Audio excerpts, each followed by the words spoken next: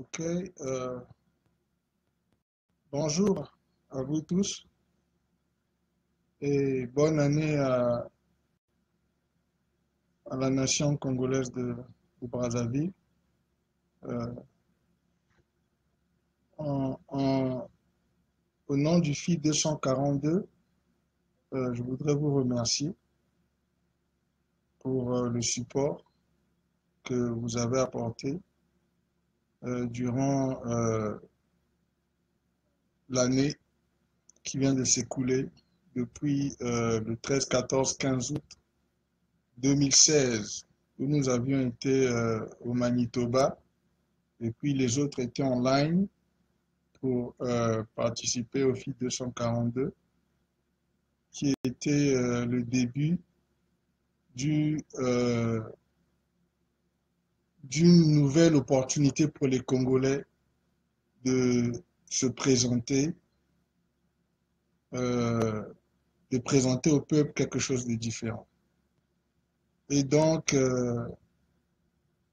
grâce aux Congolais, il y a eu une élection en 2016 qui nous a permis donc de, de, de nous présenter.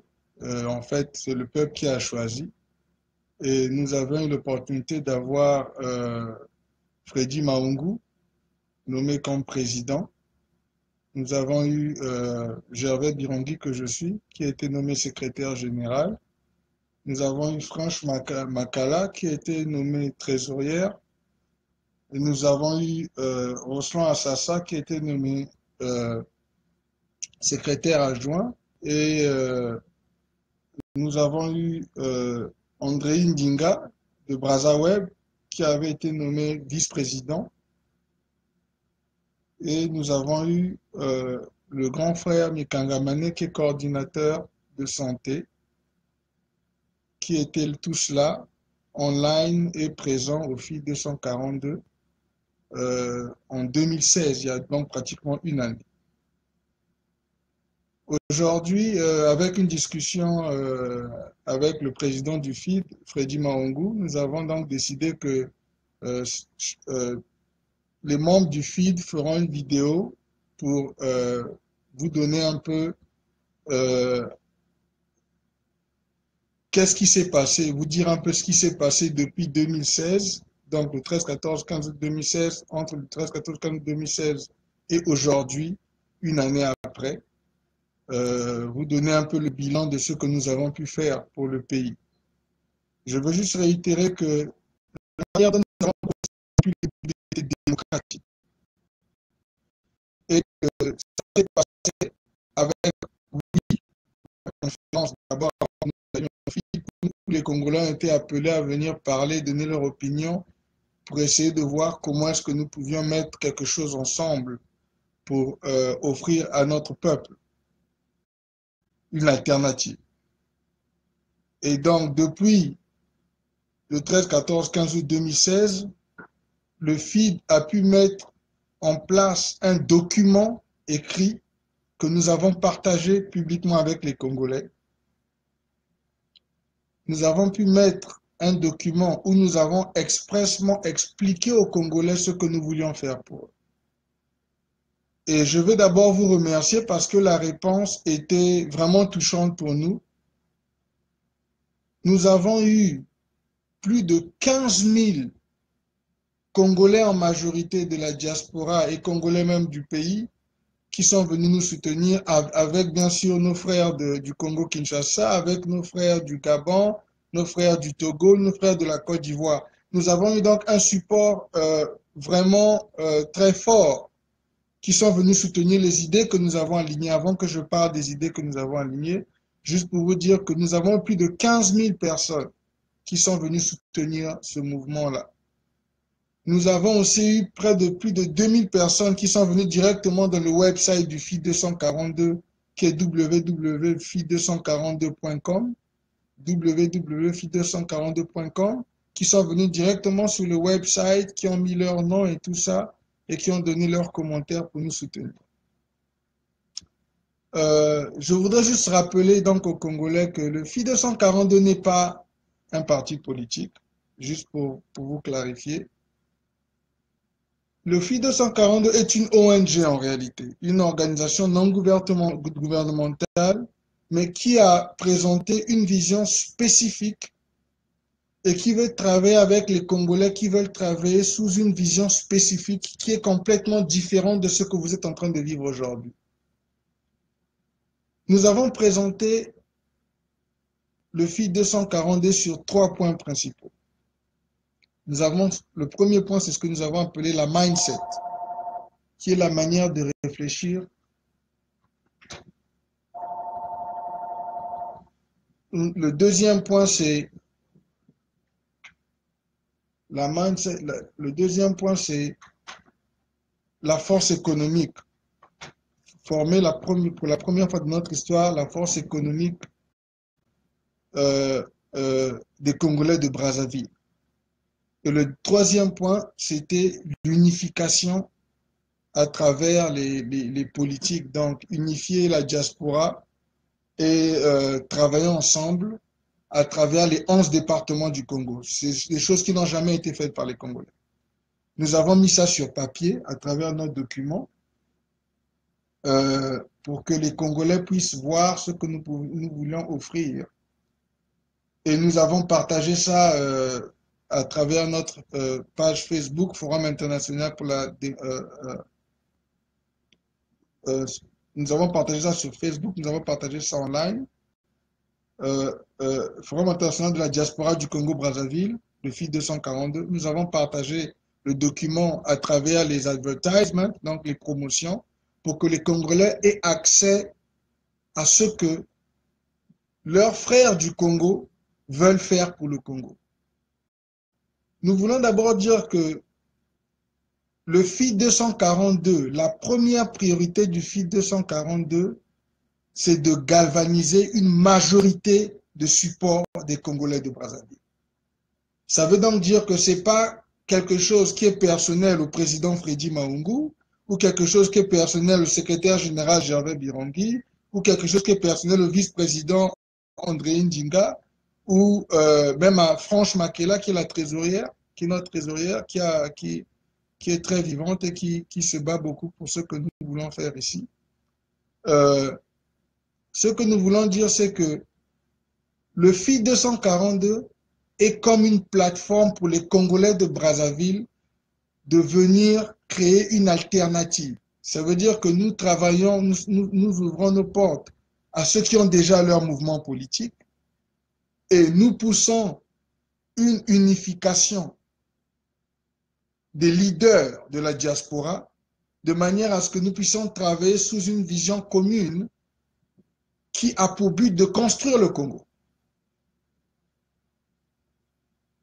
Ce que nous essayons de faire, c'est de donner l'opportunité aux Congolais de venir exprimer, d'apporter leurs connaissances, d'apporter leurs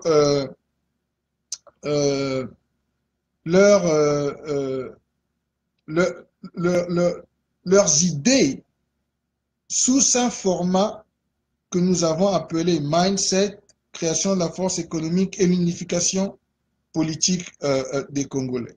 La raison pour laquelle nous avons mis ça en place, c'est parce que nous voulions, comme tout Congolais, travailler pour le pays, mais pas comme ce que vous connaissez.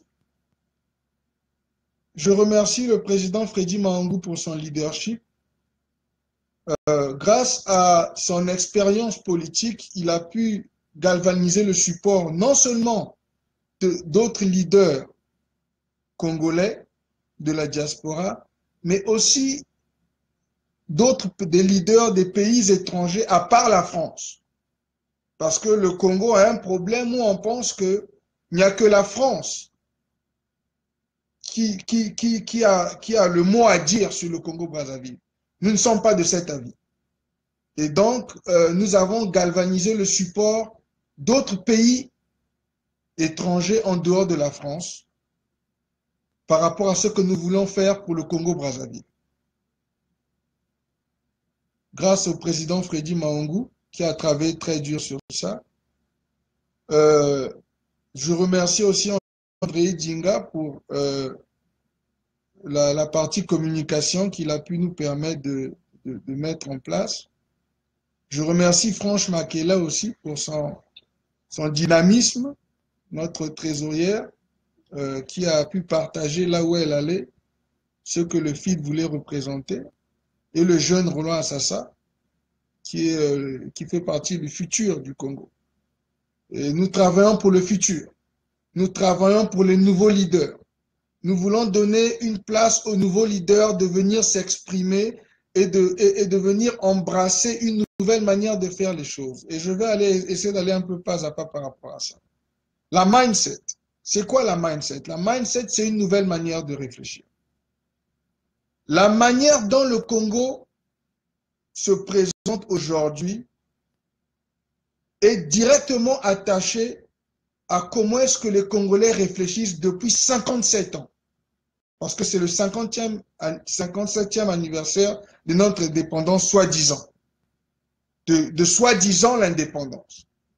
Mais quelle est cette indépendance-là que nous avons où les 3/4 du pays vivent toujours dans la misère? Les leaders que nous avons en ce moment ont accepté le statu quo. Ils dirigent sous un statu quo où le Congo-Brazzaville, qui est un petit pays, qui est une ville aux États-Unis d'Amérique où moi je vis, c'est une ville. 4 500 000 habitants ici aux États-Unis, c'est une ville. Si vous allez dans les villes des États-Unis, en majorité, vous allez voir que les villes sont construites. C'est pas parfait, personne n'a dit que c'était parfait. Il y a des tueries, il y a des guerres, il y a le racisme et tout ça. Nous continuons la bagarre ici. Moi, je suis au sud, en Géorgie, où la bataille du racisme est très forte. Mais il y a un minimum qu'ils ont achieve. Il y a un minimum de vie que les États-Unis, que les villes des États-Unis ont pu acquérir. Mais n'oubliez pas que le Congo-Brazzaville, je comparais aux États-Unis, est une ville avec des ressources naturelles sans arrêt, sans infini, à l'infini si vous voulez. Le pétrole, le gaz, le bois, l'or, l'agriculture. Et je ne parle même pas de la connaissance que les Congolais ont aujourd'hui. Mais nous sommes des villes. Donc, le Congo-Brazzaville est donc une ville, si je compare à une ville aux États-Unis, non construite, mais avec toutes les richesses naturelles que Dieu ou la nature, si vous ne croyez pas en Dieu, nous a données. C'est pour ça que vous nous voyez maintenant intervenir. 57e anniversaire. Les 3/4 du pays n'ont pas toujours l'électricité. On donne l'électricité 2 heures, 3 heures par endroit. L'eau n'est pas répandue dans tout le pays. C'est un luxe.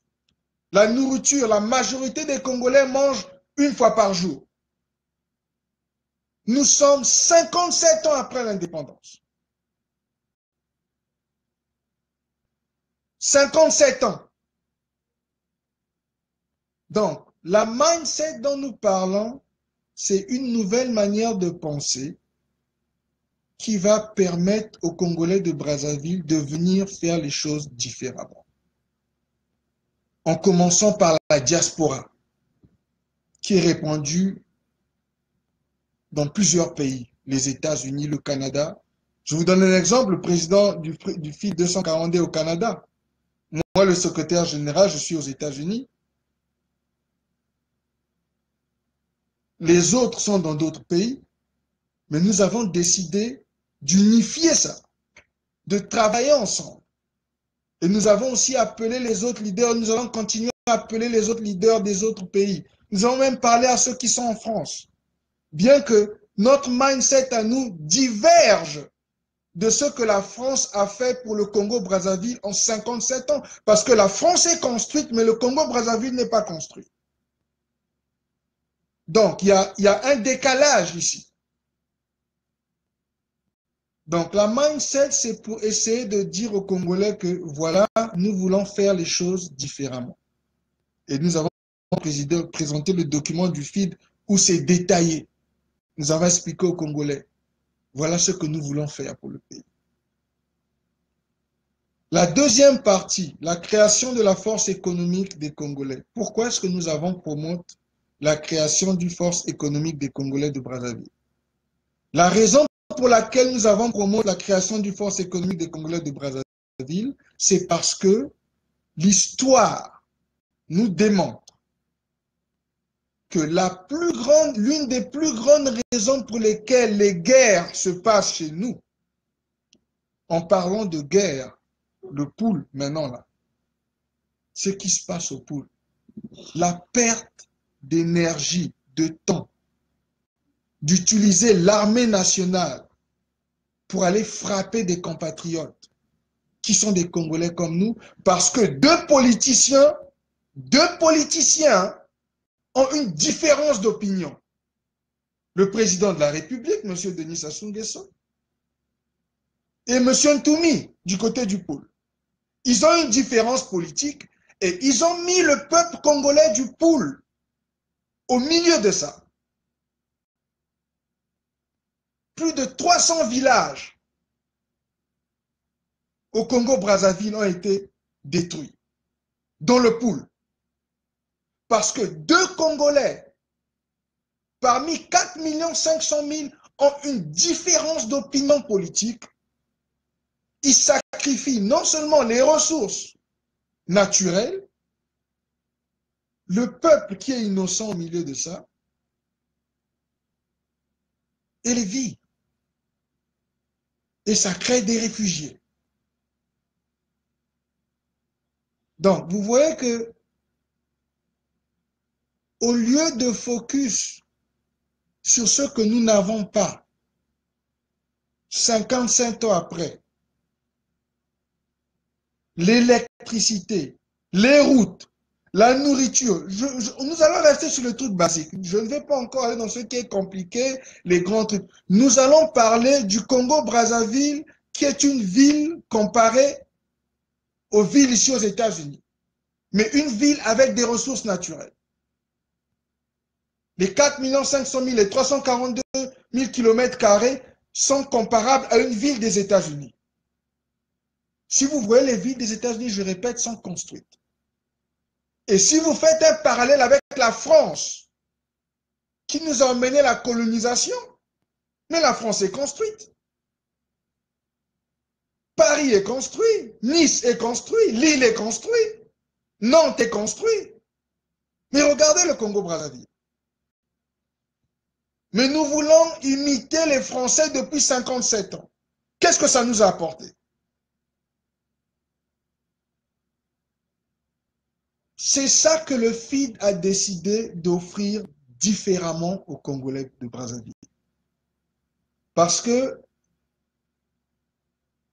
le fait que nous vivons dans des pays différents, le fait que nous travaillons, parce que la partie économique, c'est là où en fait l'histoire de travailler à l'étranger, l'histoire de voir comment les autres construisent leur pays avec la matière grise et avec les ressources qu'ils ont. Comment ils mettent leur peuple au travail.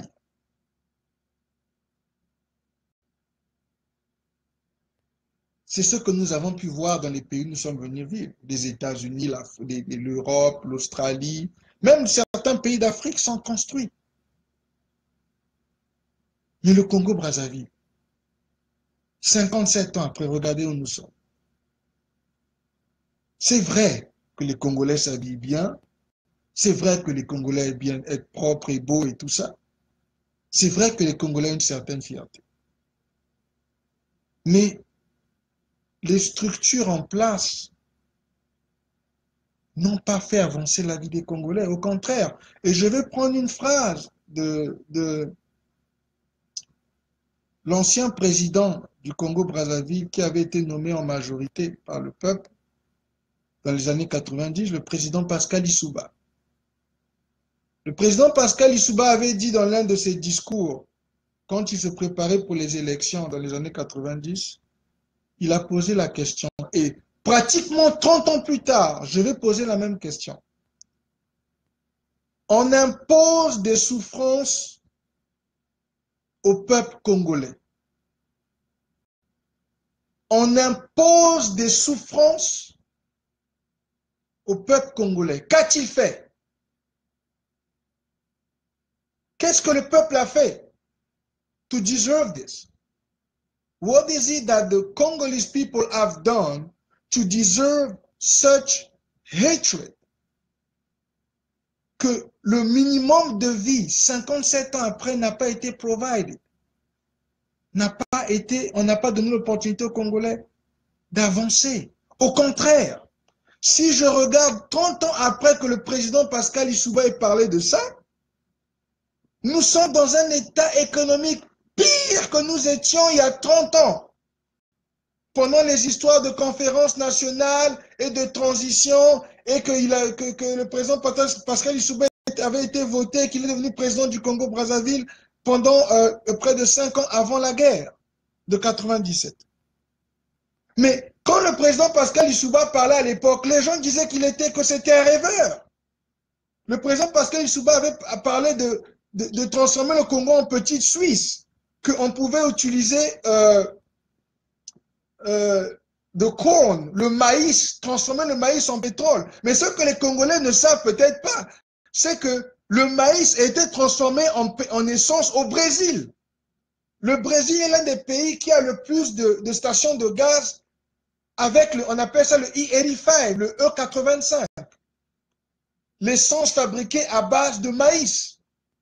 Mais quand le président Pascal Lissouba a parlé de ça dans les années 90, les gens se sont moqués de lui. On a dit que c'était un rêveur. Mais ce que le président Pascal Lissouba avait présenté aux Congolais pendant les années 90, c'est fait dans les autres pays d'Afrique. Mais pas au Congo-Brazzaville. C'est ça qui est dommage, que nous sommes en train de dire ici. Ce n'est pas une histoire de tribu. Ce n'est pas une histoire d'être Mboshi ou d'être Bakou de Balari ou d'être Bakouni ou d'être du Poul ou d'être du Nord ou d'être du Sud. C'est une histoire de faire avancer la majorité du peuple congolais, pas juste une minorité qui est au pouvoir. On avait jeté la pierre au président Pascal Lissouba, mais ce qu'il avait dit au Congo dans les années 90, c'est fait dans les autres pays. Mais maintenant, nous sommes où? 57 ans après. Nous sommes en train d'entendre des histoires de FMI, de crise, de plus de 120% de dette. Mais ne nous faites pas rire. Les dettes dont il parle, que le Congo doit, les 3/4 des Congolais n'ont jamais vu un penny de cet argent. L'argent que le Fonds monétaire international, que ces organisations nationales, que nous, on va on va supplier qu'on nous donne, cet argent est redistribué aux compagnies internationales qui sont au Congo. Donc, ça veut dire que les banques étrangères prennent une certaine somme d'argent, font un deal avec le gouvernement est d'accord de prendre une petite partie, les 3/4 sont distribués dans les compagnies internationales qui sont sur place au Congo-Brazzaville, dont les Congolais ne sont pas propriétaires. Ça veut dire que ces gens-là, ces compagnies-là, si la compagnie est lidée par la France ou par les États-Unis ou par la Chine, c'est la Chine qui bénéficie de ça. Mais c'est les Congolais de Brazzaville, c'est le peuple congolais à qui on ajoute la dette sur le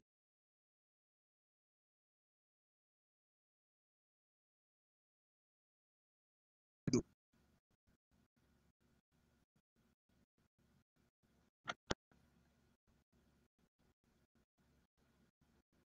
Et donc, les Congolais ne bénéficient pas de ça, disant l'aide comme nous donne. Et donc, le gouvernement a une partie, le gouvernement fait sa distribution habituelle, où eux, ils prennent leur part, et on donne à des Congolais des miettes. Mais toute la dette est mise sur le dos des Congolais de Brazzaville, qui n'ont même pas vu un penny de cet argent. Et c'est triste. Et vous les voyez courir en train d'aller lécher les bottes pour qu'on leur donne de l'argent, alors que nous avons plus que vous pouvez penser des ressources naturelles. Mais comme les Congolais n'ont pas décidé de travailler, parce que travailler veut dire construire, build, construire le middle class, la classe moyenne. Créer le travail pour que les gens puissent avoir des salaires. Un pays où on a normalisé le fait que tu peux travailler pendant 6 mois sans être payé, c'est normal. Oh, il n'y a pas d'argent. Ah bon?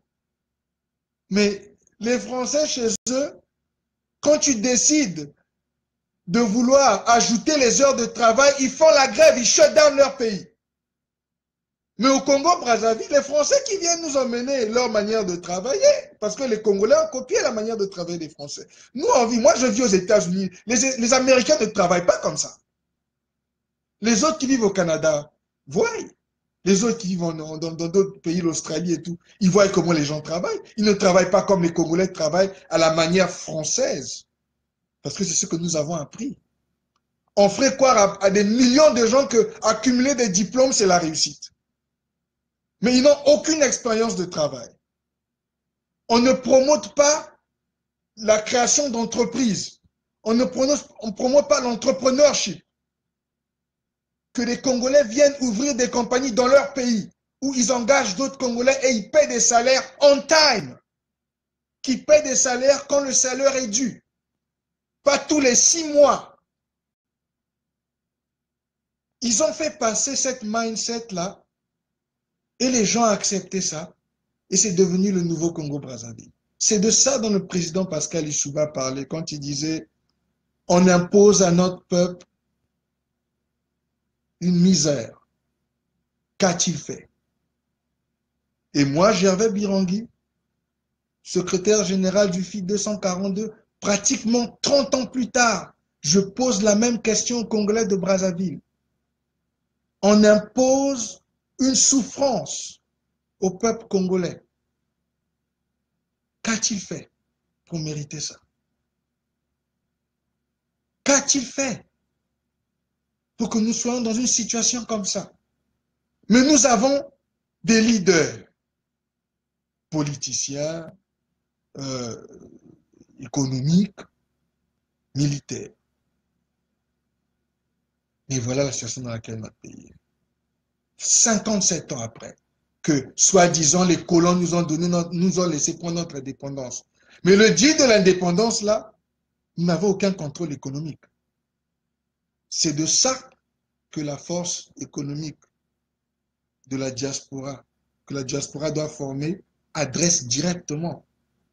Nous avons voulu demander aux Congolais de créer cette force à l'étranger, d'abord parce que ça va permettre que le peuple voie que les Congolais de Brazzaville, en utilisant chacun ses skills, chacun ce qu'il a appris à l'étranger, en utilisant les ressources que nous allons partager entre nous, travailler ensemble et commencer à créer des compagnies, créer des business, travailler ensemble à travers les États aux États-Unis, à travers des pays comme au Canada, à travers l'Europe. Former ces forces-là et avoir un commitment. Le commitment sera qu'on s'entende que voilà, il y a un pourcentage de ce que nous sommes en train de faire que nous allons aller injecter au Congo comme capital. Pas aller supplier le Front monétaire international pour qu'on mette une dette à notre peuple qui n'ont pas mérité. Parce qu'on pense que c'est comme ça qu'on doit faire l'économie. Il faut aller supplier les Blancs alors que nous avons les ressources. Mais nous ne travaillons pas parce que nous avons appelé les étrangers pour faire le travail. Nous avons appelé les Chinois, nous avons appelé les Libanais, nous avons appelé les Ouest-Africains, nous avons appelé... Il y a tous les gens de pays au Congo qui ont les business, qui ont les compagnies. Mais quand on a posé la question combien de business sont contrôlés par les Congolais, on n'arrivait même pas à nous répondre. Je crois qu'il y a un frère ou deux que j'ai vu qui ont répondu sur Facebook. C'était, je crois, 0,0092, un truc comme ça. Donc, moins de 1%. Et les quelques compagnies qu'on connaît qui sont dirigées par des Congolais, ben apparemment, de ce que moi, on m'a fait comprendre, c'est la famille présidentielle. C'est triste, vous voyez, parce que si vous n'avez pas un certain contrôle dans votre économie, vous ne pouvez pas faire avancer votre pays, quelle que soit la tête politique que vous allez changer. Parce que vous allez aller chercher que quelqu'un vous finance. Aux États-Unis, ici, il y a des élections, mais derrière chaque élection et chaque parti, il y a des financiers. Il y a des compagnies. Comme au Congo, il y a des compagnies au Congo. Mais c'est des étrangers qui sont à la tête de ces compagnies. Ce n'est pas des Congolais de Brazza. Donc, eux, ils dirigent leur compagnie au Congo ou ils leadent leur compagnie au Congo par rapport à comment est-ce que ça influence leur pays. Et leur pays est construit. Mais nous, les Congolais de Brazzaville, combien de compagnies nous avons sur place au Congo ou à l'étranger qui influencent la construction de notre pays? Ça, c'est un débat en lui-même que nous devons avoir. Parce qu'on ne voit pas de résultats. J'ai même parlé avec certains frères qui sont dans la diaspora, qui ont les moyens, qui sont intelligents, mais qui me disent, Gervais, je ne peux pas emmener mon capital dans le chaos qui se présente sur le terrain parce qu'ils ne veulent pas travailler. Ils ne veulent pas travailler. D'abord, ils ne soutiennent même pas nous, les Congolais, qui voulons venir investir et travailler au Congo, qui avons travaillé à l'étranger, qui avons appris un métier ou une manière de faire les choses qui est différente de ce qu'eux, ils sont en train de faire sur place. Mais sur place, c'est les étrangers qui ont la majorité des contrôles de l'économie. Et le gouvernement est là, tant qu'ils ont leur part, bon, écoutez, eux, ils ont leur part, hein. Ils achètent leur Bentley, ils construisent des villas, ils viennent aux États-Unis, ils vont en France. Le reste, ça ne les regarde pas.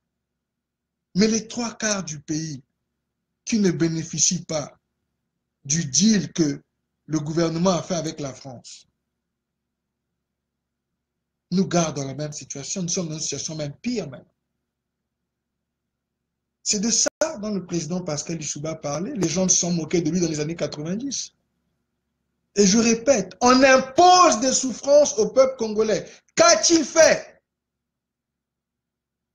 Qu'est-ce que le peuple a fait? Qu'est-ce que les Congolais ont fait pour mériter ça? Quelle est la faute des Congolais de Brazzaville? On impose des guerres qui n'existent pas. D'abord, les guerres que vous faites, les armes sont fabriquées où? C'est pas au Congo. Les balles sont fabriquées où? C'est pas au Congo. Vous achetez les armes à l'étranger, vous venez tuer vos frères, mais votre pays, il n'y a pas de manufacturing, les compagnies qui fabriquent. Parce qu'aux États-Unis, je vais vous dire une chose. Quand ils vont en guerre, il y a des États aussi, il y a plusieurs États ici, ils appellent ça le Midwest, où ils ont beaucoup de compagnies qui fabriquent les histoires d'armes. Ce que vous ne comprenez pas, la manière dont les autres font la guerre, c'est que ici la guerre est très lucrative parce que pour chaque balle ou chaque partie du fusil ou de la mitraillette qu'ils fabriquent, c'est des boulots. Ça crée le manufacturing. Des gens fabriquent ça. Et le boulot, la personne travaille 8 heures ou 12 heures par jour. Tu as 2 ou 3 shifts. Donc, tu as 8 heures, 8 heures, 8 heures, ou tu as 12 heures, 12 heures. Qu'est-ce que ça veut dire? Ça veut dire que le peuple américain crée des salaires à travers le fait qu'il fabrique les armes et le fait qu'ils fabriquent les armes qu'ils nous vendent à nous en Afrique, chez eux, ça crée des gens qui ont des salaires. Ils sont payés par heure, mais il y a aussi des salariés, ceux qui sont hauts. Mais le middle class, les gens sont payés par heure. Ils travaillent 8 heures, 12 heures, ils gagnent 45 000, 50 000 dollars l'année. Avec 45 000, 50 000 dollars l'année, il s'occupe de sa famille de 3, avec 2, 3, 4 gosses. Il vit une vie décente. Tous les jours, il se lève, il va travailler. Le pays vend les armes, mais les armes qui vendent créent le boulot. Et celui qui travaille dans cette compagnie-là a une maison, a une voiture, il paie les factures, donc la société tourne. Mais c'est ça que nous, on n'a pas compris chez nous, les Congolais. Vous voulez faire la guerre, mais vous n'avez pas créé une compagnie où il y a des Congolais de Brazzaville qui viennent tous les matins, exemple, fabriquer la machette. Je prends un exemple. Ça allait être différent. S'il y avait, exemple, une ville ou une région du Congo où on sait qu'il y a une compagnie de fabrication de machettes que le gouvernement, puisque vous allez faire la guerre, finance, où le gouvernement a fait un partnership avec un Congolais qui a une compagnie, il fabrique la machette, et cette compagnie-là crée 50 ou 100 boulots. Le boulot-là soutient la région dans laquelle les Congolais, là, les Congolais qui travaillent là vivent. Les Congolais peuvent payer l'électricité, payer l'eau, peuvent nourrir leur famille. C'est comme ça que ça tourne. Même quand tu vas avec la mindset de guerre que eux ils ont, la mindset de haine, ici là, eux ils profitent de ça. Chez nous au Congo-Brazzaville, zéro. On profite de zéro. Au contraire, ils prennent le peu d'argent qu'on leur a laissé, après qu'ils ils ont redistribué l'argent entre les compagnies, le peuple n'a rien vu, ils vont acheter les armes et ils vont détruire, non seulement tuer les Congolais, mais détruire les ressources naturelles. Le poule, c'est là où il y a l'agriculture, c'est là où il y a... Le poule a tellement de ressources naturelles. Vous allez brûler le poule. Vous allez tuer des centaines de milliers de gens, créer des réfugiés. Alors qu'au lieu de faire ça, on aurait pu créer des compagnies qui vont développer l'agriculture pour qu'on puisse manger sans attendre que le poulet vienne de Chine. C'est ça la mindset dont nous parlons. La force économique dont nous parlons, c'est d'unifier le Congolais de manière à ce que nous puissions être propriétaires de nos ressources et de nos business et nous puissions investir dans notre propre peuple. Il y aura des profits. Il y en a qui seront riches, bien sûr. Comme aux États-Unis, comme en France, comme les compagnies françaises sont billionnaires. C'est des familles qui sont propriétaires de ces compagnies-là, ce que vous ne savez peut-être pas. Quand vous allez dans leur pays, c'est des familles. Ils sont extrêmement riches. Et dans nos pays, tu as l'impression que sans eux, on ne peut pas vivre. Le problème, ce n'est pas ça. Le problème, c'est que les Congolais aussi doivent faire partie de cette force économique en tant que honneur, propriétaire, pas seulement travailleur. Vous allez, on vous dit d'aller faire des gros diplômes, d'aller prendre des bachelor degrees, des quoi, des machins, mais vous n'avez jamais travaillé. Vous arrivez sur place, il n'y a pas de boulot. Parce que les compagnies ne sont pas les propriétaires des compagnies ou les leaders des compagnies ne sont pas de votre pays. Eux, ils prennent leurs gens ici, les gens qui sont des middle gars ici, les middle management, ils les envoient là-bas en Afrique comme CEO. Et ils vont là-bas, bon, ils font comme ceux qui vont faire, et eux, ils bénéficient, mais le peuple ne bénéficie de rien. Et le gouvernement, bon, comme ils ont fait le deal, ils sont habitués, et tant qu'eux, ils mangent, le reste ne mange pas, c'est pas grave. Voilà, 57 ans après, pour le Congo. C'est pour ça que nous avons décidé, et je remercie encore le président du FID, Freddy Mangou, pour son courage, de challenge ça. Pas seulement d'aller chercher des partis politiques, on en a des centaines de milliers. Pas seulement de chercher des politiciens, mais de former une force économique financée par des Congolais de Brazzaville. Il y a beaucoup de jeunes qui ont des bonnes idées, qui ont même peut-être les moyens, qui sont en train de construire. Vous avez des jeunes comme les Roncelon Crispin. Le projet qu'il a, c'est un projet très grand pour le Congo.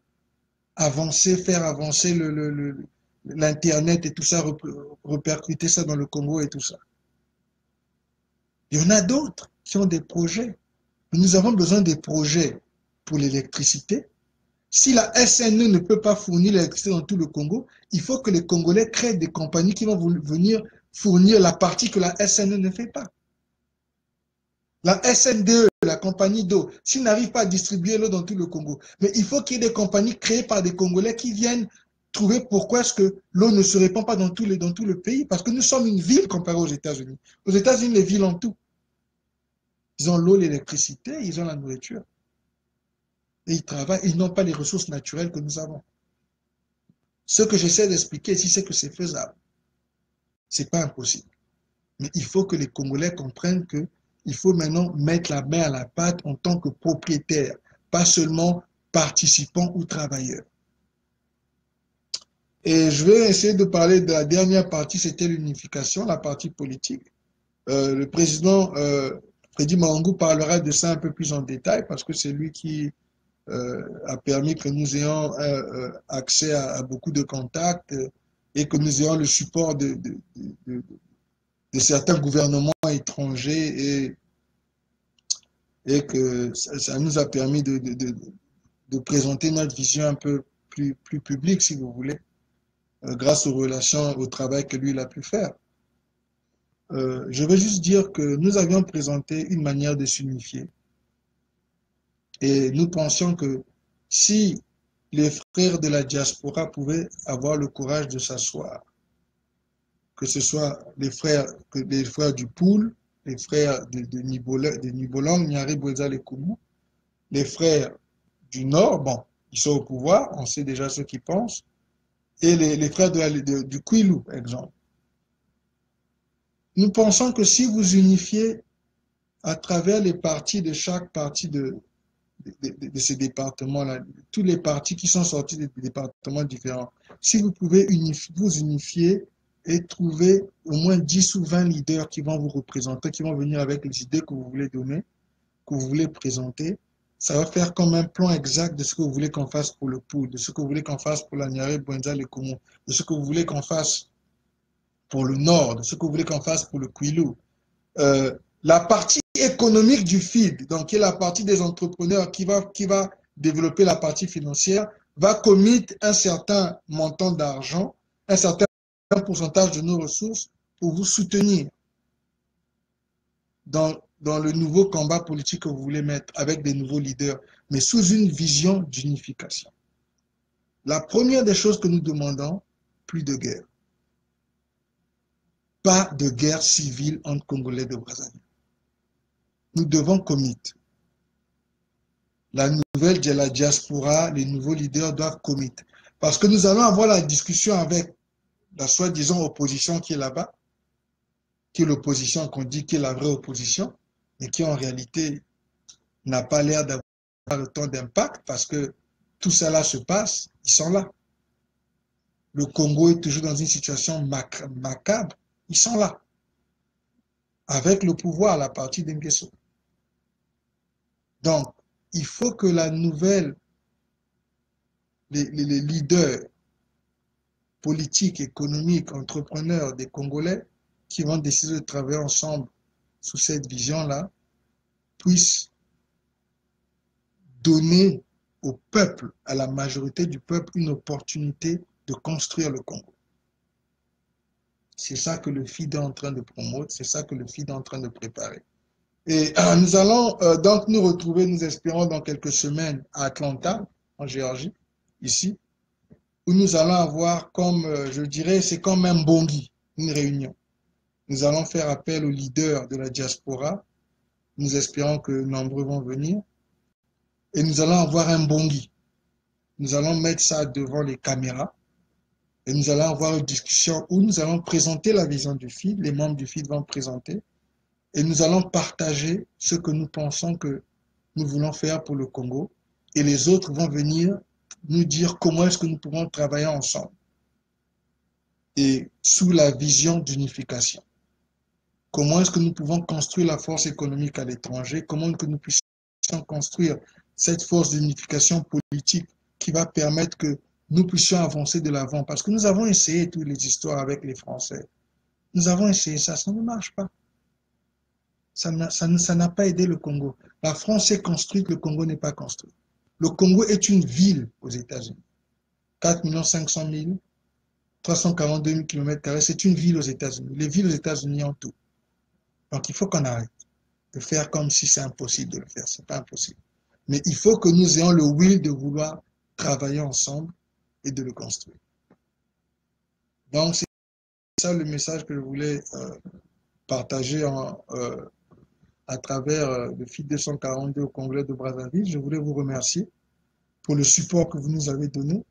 Comme je disais, nous avons près de 18 000 Congolais et autres qui sont venus supporter le FID 242, qui sont venus commenter, qui ont dit qu'ils voulaient travailler avec nous.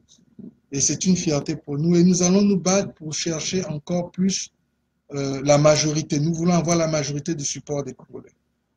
Parce que ce que nous voulons faire, c'est drastiquement changer ce qui se passe au Congo-Brazzaville. Mais nous avons besoin de nouveaux leaders. Nous avons que ces leaders-là viennent travailler avec nous et que dans le futur, quand le temps sera arrivé pour eux d'aller justement sur le pays pour changer les choses, au moins ils auront eu une bonne plateforme, ils auront eu le soutien et ils auront eu une bonne partie du peuple derrière eux. Parce que le fait que nous ne faisons pas ça individuellement, nous faisons ça avec l'appui du peuple. C'est comme ça que nous avons démarré depuis le départ et nous allons continuer à grandir dans ce sens-là. Et je voulais vous remercier encore pour votre support et vous dire bonne année, bonne indépendance de 55 ans, mais c'est triste, comme je dis encore, dans l'état dans lequel le Congo est. Mais les Congolais sont encore là, ils existent. Et nous avons la confidence qu'avec l'unification, nous allons faire quelque chose de très grand. Merci beaucoup.